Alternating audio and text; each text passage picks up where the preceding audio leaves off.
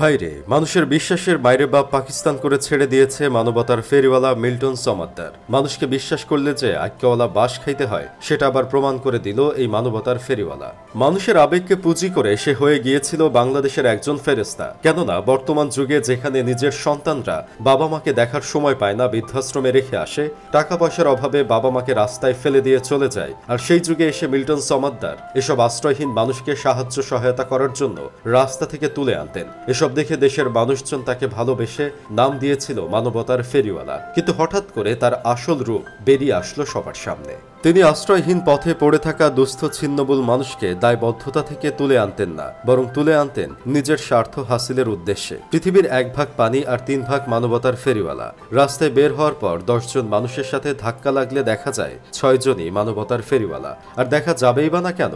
এখন তো সবচেয়ে লাভজনক ব্যবসা হইল সামাজিক যোগাযোগ মাধ্যমে মানবতার ফেরিওয়ালা হয়ে যাওয়া। এটাই বর্তমানে বিনা পুঁজির ব্যবসা। আপনার হাতে একটা মোবাইল থাকলেই 1 বোতল পানি খাওয়াইয়া ভিডিও করে হয়ে যেতে পারবেন একজন মানবতার ফেরিওয়ালা নামক একজন সফল উদ্যোক্তা।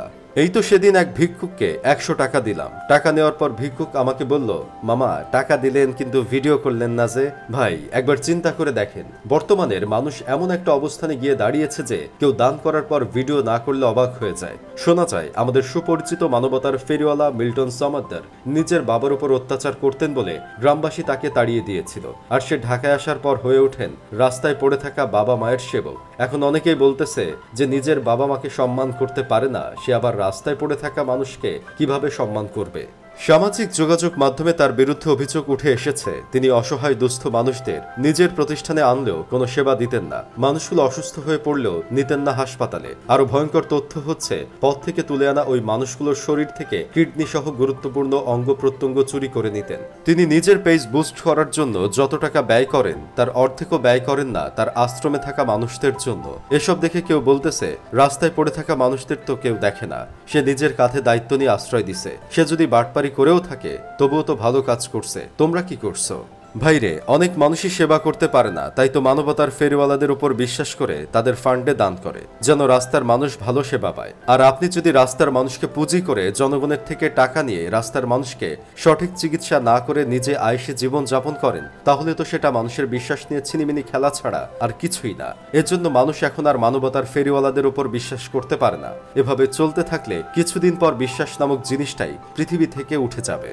আমার বন্ধু কেরামত বলতেছে, মিল্টন সমাদ্দার যা করেছে ঠিকই করেছে। রাস্তা থেকে মানুষ তুলে এনে যদি সে সেবা করতে পারে, তাহলে সে নিজের প্রয়োজনে তাদের অঙ্গ প্রত্যঙ্গ বিক্রিও করতে পারে, এটা তার অধিকার। এসব নিয়ে এখন পাবলিক 2 ভাগে ভাগ হয়ে গেছে। কেউ বলছে মিল্টনের শাস্তি হওয়া উচিত, আবার কেউ বলতেছে মিল্টন সমাদ্দারকে ফাঁসানো হচ্ছে। এখন বিপদে আছে আমার মতো মানুষ যারা ওই দিকেও যেতে পারে না, এই দিকেও যেতে পারে না। মাঝ সমুদ্রে বসে সঠিক তথ্যের অপেক্ষায় হাবুডুবু খাচ্ছে।